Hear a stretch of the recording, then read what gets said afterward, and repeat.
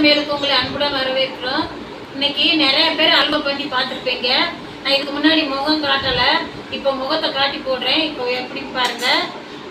நிறைய பேர் முகத்தை காட்டுங்க, நீங்கள் தெரியவே மாட்டேங்க போடுறீங்க, யாரும் கண்டுபிடிக்க முடியல சொல்லி கேட்டிருந்தாங்க. ரொம்ப பேர் கேட்டிருந்தாங்க. அதனால இன்னைக்கு முகத்தை போடுறேன், யாரும் பார்த்துக்கோங்க. இன்னைக்கு நம்ம ஒரு அல்வா பண்ண போகிறேன். தேங்காய் அல்வா, கோகோனட் அல்வா. அது இந்த மாதிரி அல்வா யார் பண்ணியிருக்காங்களோ என்னன்னு தெரியல. ஆனால் நான் இப்போ புதுசாக பண்ணுறேன். வேறு இதில் அல்வா பண்ணி காமிச்சிருக்கேன். இப்போ தேங்காய் பாலில் அல்வா பண்ணுறேன். வேறு இதில் நீங்கள் அல்வா பார்த்துருக்கீங்களா என்னன்னு தெரியல. நான் புதுசாக இப்போ தேங்காய் பாலில் அல்வா பண்ண போகிறேன். அதில் ஒரு தேங்காய், நம்ம மீடியமான தேங்காய் எடுத்து உடச்சி திருவி வச்சுக்கிட்டோம். பாருங்க, இன்னைக்கு ஒரு ரெசிபி பண்ண போகிறேன். அது தேங்காய் அல்வா. இது கேள்விப்பட்டிருக்கவே மாட்டேங்க, தேங்காய் அல்வா. இது எப்படி பண்ணுறதுன்னு பார்ப்போம். ஒரு மீடியமான இவ்வளோ பெரிய தேங்காவை உடச்சி திருவி வச்சுருக்கேன். அதை இந்த மிக்சியில் போட்டுக்கிடுவோம்.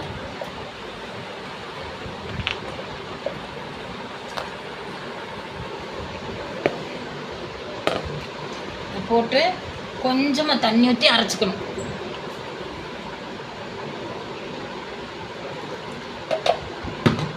தேங்காய் அல்வா நீங்கள் கேள்விப்பட்டிருக்கவே மாட்டீங்க. எல்லோரும் பல விதத்தில் பல அல்வா பண்ணியிருப்பாங்க. நம்ம தேங்காயில் செய்வோம். சரி, நல்லா அடித்து பால் இருக்கும்.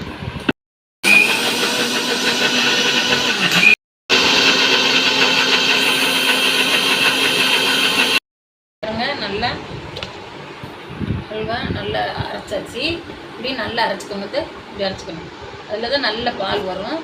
கொஞ்சம் அரைச்சிக்கிடுவோம். இப்போ நல்லா அதில் இருக்க பாலெல்லாம் கம்ப்ளீட்டாக சுத்தமாக வந்துடும்.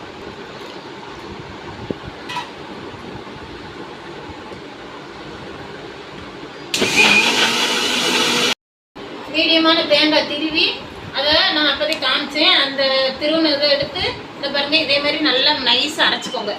அரைச்சிட்டு அதை நல்லா நம்ம ஒரு வடிகட்டி எடுத்து அந்த வடிகட்டியில் வடிகட்டிக்கிடணும். வடிகட்டிக்குவோம். டைட்டு கூட எடுத்துக்கோங்க. நீங்கள் நல்லா பால் எடுத்துக்கோங்க.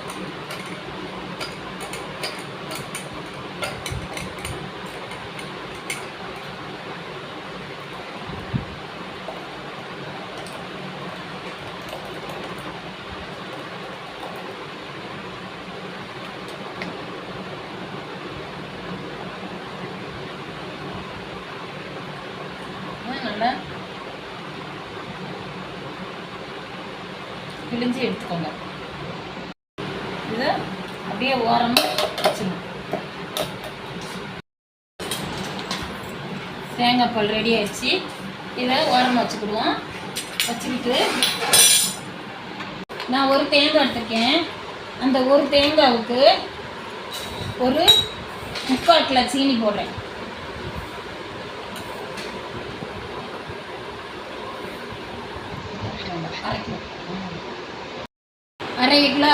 அரை கிலோவுக்கு கொஞ்சம் கூடயே போட்டிருக்கேன். நான் எப்பயும் பண்ணுறதுனால என் சேனலில் போய் பார்த்தீங்கன்னா உங்களுக்கு க்ளீனாக தெரியும். நான் எப்பயும் பண்ணுறதுனால ஒரு ஒரு கணக்குப்படி போட்டிருக்கேன். அந்த கணக்குப்படி போட்டிங்கன்னா உங்களுக்கு சரியாக வரும். நீங்கள் அளந்து போட்டுக்கலாம். ஏன்னா எனக்கு அளவு தெரியும். நான் அளந்து போடுறதுனால எனக்கு அளவு தெரியும். நீங்கள் அளந்தும் போட்டுக்கலாம்.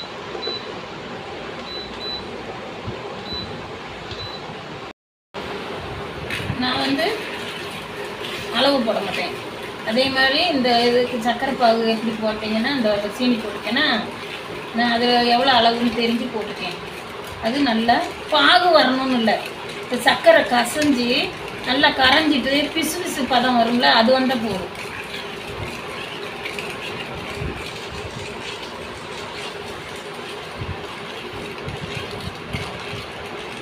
பிசு பிசுப்பான பதம் வந்தால் போதும்.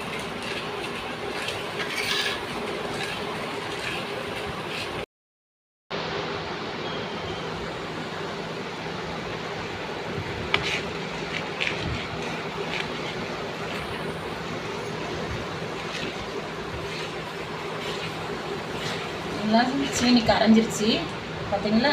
இப்படி பிசு பிசு பதம் வரணும். அதுக்கு நீங்கள் தண்ணியில் முக்கிட்டு இது பார்த்தா போதும். இந்த இப்படி பிசு பிசுப்பாக இருந்துச்சுன்னா பாகு இதே போதுமான அளவுன்னு வச்சுக்கலாம்.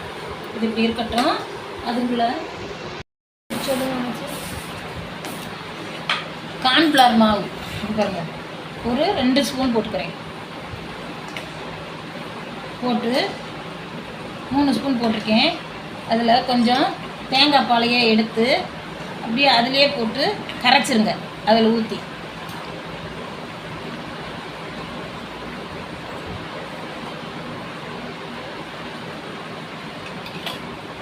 ஏன்னா நம்ம அப்படியே போட்டோம்னா கட்டி முட்டியமாக வந்துடும். அதனால் நீங்கள் அதை என்ன செய்கிறீங்க, நல்லா கரைச்சிக்கோங்க. கரைச்சிட்டு அதில் ஊற்றும் போது இன்னொன்றுங்க, நீங்கள் கிண்டும் போது அல்வாவை நல்லா பதமாக பார்த்து கிண்டணும். ஏன்னு கேட்டிங்கன்னா அடி பிடிச்சிரும்.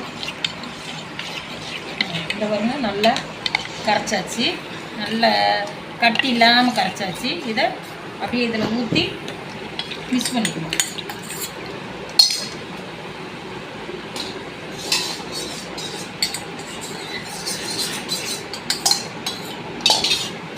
இதை என்ன செய்யணும், அப்படியே ஊற்ற அப்படியே கிண்டணும்.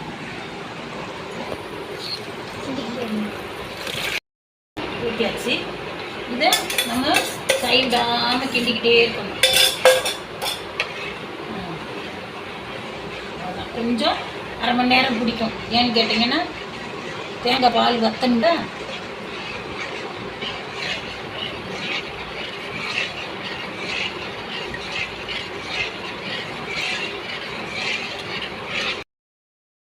கிண்டிக்கிட்டே இருங்க.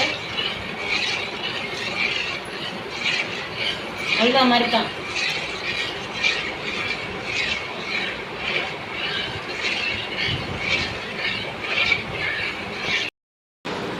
பாருங்க, அப்படியே விடாமல் கை விடாமல் கிண்டிக்கிட்டே இருக்கணும். என்ன நல்லா அல்வா அப்படியே சுருண்டு வரும். கை விடாமல் கிண்டணும்.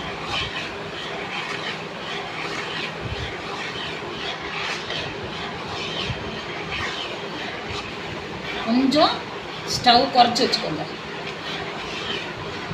நான் கரண்ட் ஸ்டவ்வில் தான் வைக்கிறேன், அதனால் கொஞ்சம் குறைச்சி வச்சுக்கோங்க.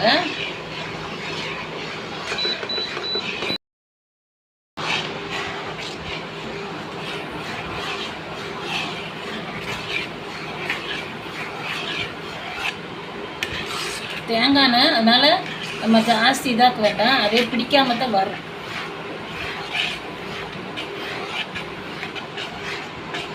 இருந்தாலும் கொஞ்சம் நெய் ஊற்றிக்குவோம். இந்தங்க, நான் ஜிஆர்பி நெய் தான் எப்பயும் யூஸ் பண்ணுவேன். அது நல்லா இருக்குங்க, நல்லா சாப்பிட டேஸ்ட்டாக இருக்கும். கொஞ்சம் போட்டுக்கோங்க. கிண்டிகிட்டேவும் அப்படியேவும் பதம் வர வர வர கொஞ்சம் கொஞ்சமாக போட்டு கிண்டுங்க. இப்போ பாத்திரத்தில் ஒட்டாமல் வரும்.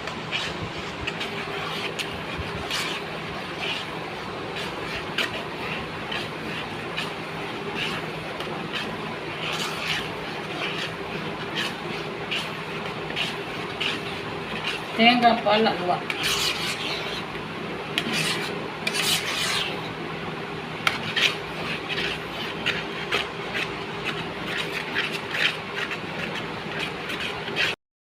இன்னும் கொஞ்சம் நெய் வச்சுக்கோங்க.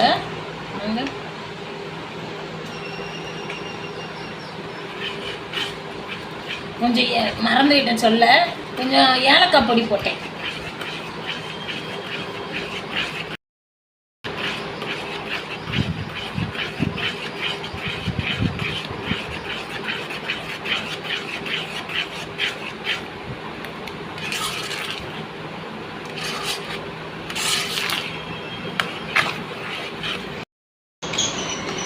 பாருங்க, நல்லா வந்துருச்சு அல்வா. நல்ல பதம் வந்துருச்சு. இந்த பதத்தில் இந்த வருது வருங்க. இந்த பதத்தில் தான் நீங்கள் ஊற்றணும். எப்படின்னு கேட்டிங்கன்னா, ஒரு பிளேட்டில் ஊற்றி நல்லா ஆற வச்சிங்கன்னா கரெக்டாக இருக்கும். நெய் தடவி வச்சுருக்கேன் பிளேட்டில். இந்த பிளேட்டில் ஊற்றிக்குவோம்.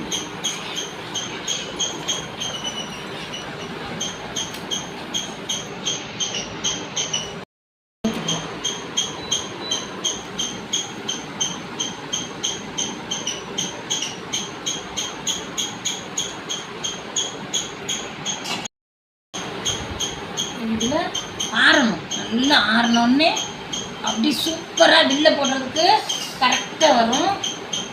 நம்ம இது கோட் போட்டு நம்ம வச்சுக்கிடலாம். இல்லை நம்ம கடையில் வாங்கின அல்வா மாதிரி நீங்கள் வேணாலும் வச்சு சாப்பிடலாம். அப்படியே எடுத்து கூட சூப்பராக இருக்குங்க, டேஸ்ட்டாக இருக்கும். நான் எதுவுமே ஒரு தடவை செஞ்சு பார்த்துட்டு அதுக்கப்புறம் தான் நான் இது வீடியோ போடுவேன். ஏன்னு கேட்டிங்கன்னா எங்கள் வீட்டிலேயே நாங்கள் செஞ்சு பார்த்துட்டு வீடியோ போட்டு வச்சுக்கிடுவேன். அதனால் நீங்களும் அதே மாதிரி செஞ்சு பாருங்கள். செம்மையாக இருக்கும், டேஸ்ட்டாக இருக்கும். தேங்காய் பால் தான், வேறு எதுவுமே சேர்க்கலை. அதில் கார்ன்ஃப்ளவர் மாவு 2 ஸ்பூன் மட்டும் சேர்த்துருக்கேன். நல்லாயிருக்கும், செம்மையாக இருக்கும். நீங்களும் இதே மாதிரி செஞ்சு சாப்பிட்டுட்டு சொல்லுங்கள். உங்களுக்கு அழகாக வர்றதுக்கு கோடு போட முடியாதுல்ல, நல்லா ஆறணும். இது ஒரு மணி நேரம் ஆறணும். அதுக்காக வேண்டி செரி பழம் இருக்குல்ல, செரி பழத்தை கட் பண்ணி கொஞ்சம் டிசைனுக்காக வச்சுருக்கேன். அவ்வளோதான், பார்க்குறதுக்கு கொஞ்சம் லுக்காக இருக்கும்னு. ஏன்னா வேறு அல்வானா இது வைக்க வேண்டாம். நமக்கு இது தேங்காய் பால் அல்வா ஒயிட்டாக தான் இருக்கும், வெள்ளை கலராக இருக்குமா. அதுக்காக வேண்டி இதுக்காக வேண்டி பார்க்குறதுக்கு வச்சுருக்கேன். அவ்வளோதான். நீங்கள் இது வேணும்னா வைக்கலாம், இல்லாட்டி இருக்கலாம். இது 1 மணி நேரம் கழித்து ஆறிடணும். ஆறின விட்டு எடுத்து சாப்பிட்டா செம்ம டேஸ்ட்டாக இருக்குங்க. செம்மையாக இருக்கும், நல்லாயிருக்கும், டேஸ்ட்டாக இருக்கும், அழகாக இருக்கும். தங்க இப்போயே இலகிருச்சு. கொஞ்சம் நல்லா வரும்போது நல்லா ஆறிடும். இதில் நீங்கள் கோடு போட்டால் சாப்பிட்டாலும் சரி, நல்லா வில்லையே வரும். நம்ம இது மைசூர் பாக்கு கேக்கெல்லாம் பண்ணுறோங்களா, அது மாதிரி வரும். இல்லை அப்படின்னா நீங்கள் அப்படியே கூட எடுத்து ஸ்பூனில் வச்சு சாப்பிடலாம். இதே மாதிரி நீங்களும் செஞ்சு பார்த்துட்டு செரிப்பழம் அலங்கரிச்சிருக்கேன். அவ்வளோதான், இந்த டிசைனுக்காக, வேறு எதுவும் இல்லை. இது நல்லா ஆறணும், 1 மணி நேரம் ஆறின விட்டு சூப்பராக இருக்கும். நல்லா செஞ்சு சாப்பிட்டு பாருங்கள். இதே மாதிரி செஞ்சுட்டு நீங்கள் வில்ல போட்டு நல்லா கோடு போட்டு மைசூர் பாக்கு, பிஸ்கெட்டு இதெல்லாம் கேக்கெல்லாம் பண்ணி கட் பண்ணுறோம்ல, அது மாதிரி கட் பண்ணி சாப்பிட்லாம். நல்லா கடையில் விற்று நல்லா வெட்டி கட் பண்ணிவிட்டு இப்போ பிளாஸ்டிக் பேப்பரில் வைக்கிறாங்களா, அது மாதிரி இருக்கும். அல்ல அப்படின்னா அப்படியே கூட எடுத்து நீங்கள் ஸ்பூனு சின்ன கிண்ணத்தில் வச்சு சாப்பிடலாம். நல்ல டேஸ்ட் கொடுக்கும், நல்லாயிருக்கும். உடம்புக்கு ரொம்ப ரொம்ப நல்லது. தேங்காய் பால் ஏற்கனவே உடம்புக்கு நல்லது, ரொம்ப நல்லதுங்க. 2 ஸ்பூனு தான் கார்ன்ஃப்ளவர் சேர்த்துருக்கேன். அப்புறம் ஒரு தேங்காய் பால் எடுத்து கட்டி பால் எடுத்து செஞ்சுருக்கேன். இதே மாதிரி நீங்களும் செஞ்சு பார்த்துட்டு பண்ணுங்கள், கமெண்ட் பண்ணுங்கள், லைக் பண்ணுங்கள், ஷேர் பண்ணுங்கள். பெல் பட்டனை மறந்துடாதீங்க. நன்றி, வணக்கம். இன்னொரு ரெசிபியுடன் சந்திப்போம்.